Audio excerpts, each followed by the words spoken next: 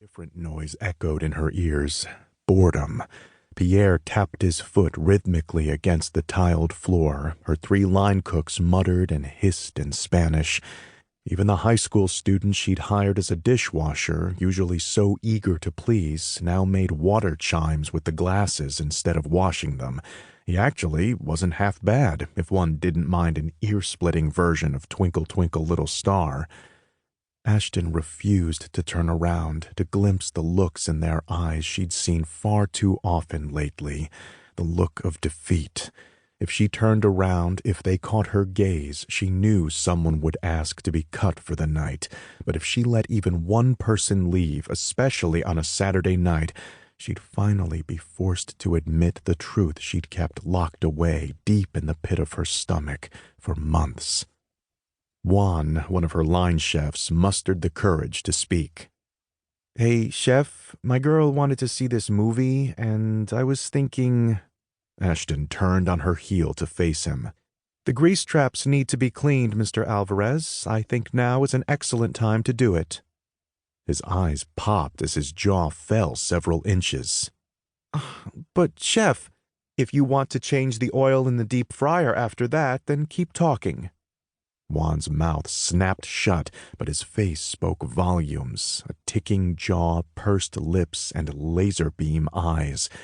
He threw a clean white dish towel on the floor and then banged a pan against the stainless steel prep table as he walked away. Ashton turned her gaze on the remaining chefs, meeting their stares head-on. One by one, they all averted their eyes. If only her employees knew how much she hated acting like a hard-ass. But she'd learned early on if a chef didn't maintain control of her kitchen, then the chaos would reflect in the food. Being female in a male-dominated profession made it even harder. She couldn't let her staff get away with any hint of disrespect or let them slack off for a minute. Her reputation and that of her restaurant depended on it.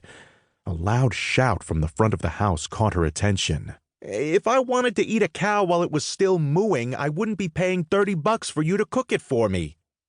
The August heat wave currently invading Chicago was nothing compared to the boil that rose up the back of Ashton's neck.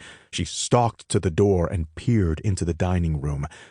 Jenna stood by a table of 4 where a thin man with a receding hairline and thick glasses gestured frantically. "I've had a better piece of meat at a fast food restaurant," the man yelled. "Where'd the chef get her degree? Online?" He let out a laugh, the sound somewhere between a cackle and a snort. She'd heard an awful laugh like that before when she told her father she was going to culinary school. As anger shot through her like a bolt of electricity, she shoved the door open so hard it banged against the wall. The few other patrons whipped their heads around, following Ashton as she stormed to the man. As she walked, she yanked the thermometer from her jacket pocket. Ignoring Jenna's furious glare, she stabbed the center of the filet. A triumphant smile curved her lips. 145 degrees. "Since this steak is cooked to a perfect medium, I can only assume you actually want well done."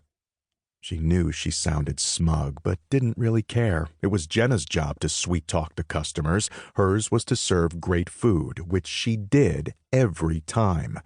The man's beady eyes popped from his skull. "That isn't medium, it's rare. Did you even graduate from culinary school?" "Why waste your money on culinary school? You'll just fail."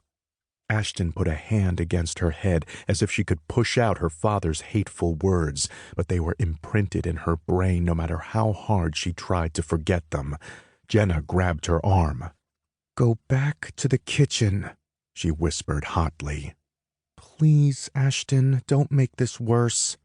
She jerked away from Jenna's grasp. "I'm very sorry, sir." Her voice rose and became more punctuated with each word. "Let me fix this for you immediately."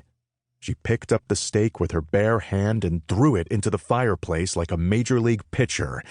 As she flipped the switch to turn on the gas logs, she glanced at the portrait of Nana hanging over the mantel.